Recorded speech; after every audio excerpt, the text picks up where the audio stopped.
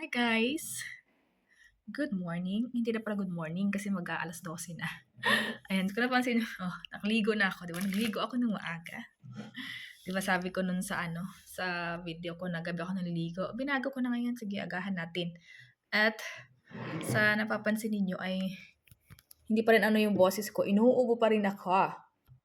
So, yes. So, mag-aalas 12 na, pero ngayon pa lang ako magkakape, guys. Kasi inuna ko muna yung paglilinis ko muna, syempre. Naglinis muna ako, ganun, nasikaso ko muna. Tapos yung mga nilabahan ako. Yan. So, yun. So, bali yung naipong labahan, I think, last na laba ko is last na laba ko kasi is Wednesday ba? O Thursday? Thursday, yung last na laba ko. Tapos, naglaba ulit ako is ngayon na. Ilang araw siya Thursday. Thursday, syempre may hinubad na ng Thursday. Pero konti siya Friday, Saturday, Sunday, Monday, 4. Ang dami. Tapos nag-change ako ng bedsheet, diba? Ang dami. Tapos ngayon ay nakahang sila. Tapos gusto ko sanang i-dryer kasi malamig ng panahon. Pero sabi ko, wag na. Konti lang naman yan sila nakembot eh. Tutuyo na yan siya. Ganun. So, yung boses ko talaga kakaiba ngayon. Medyo may pagkahilo-hilo pa talaga sa aking trangkaso talaga yata. Ganun. So, nagligo na ako. Kape tayo. Mas meron ako ditong choco croissant.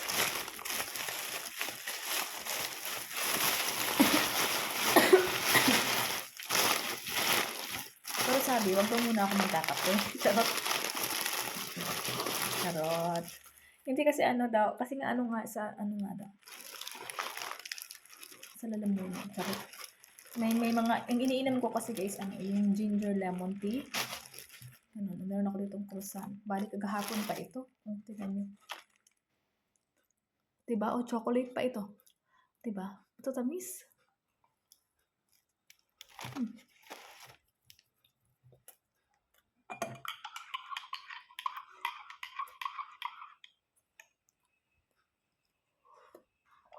Sarap. Isasalang ko sana yung aking nahuling batch na na bedsheet. Sabi ko, nakaramdam ako ng gutom. Kain muna ako. Diba?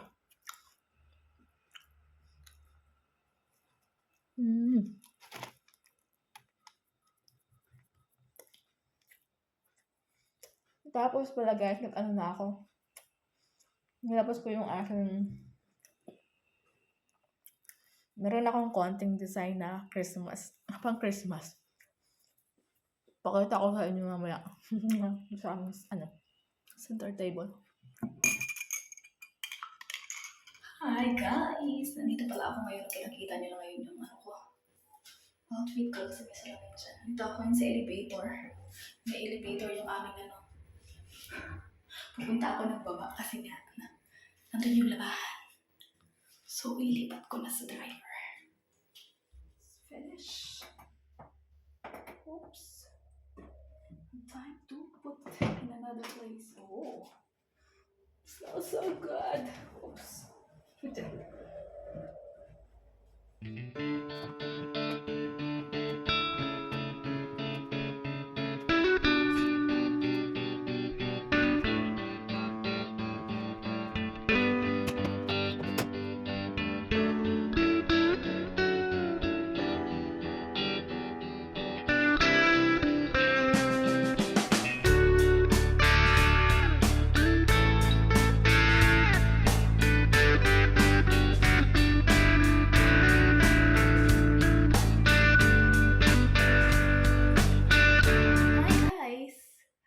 So,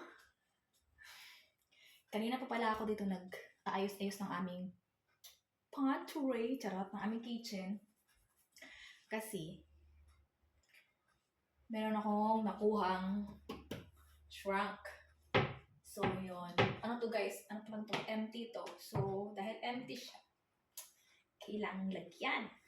So, mamaya, dumating na pala yung asawa ko, tapos pumunta lang siya sa kanyang office. Kasi may kailangan siyang gawin doon na very important.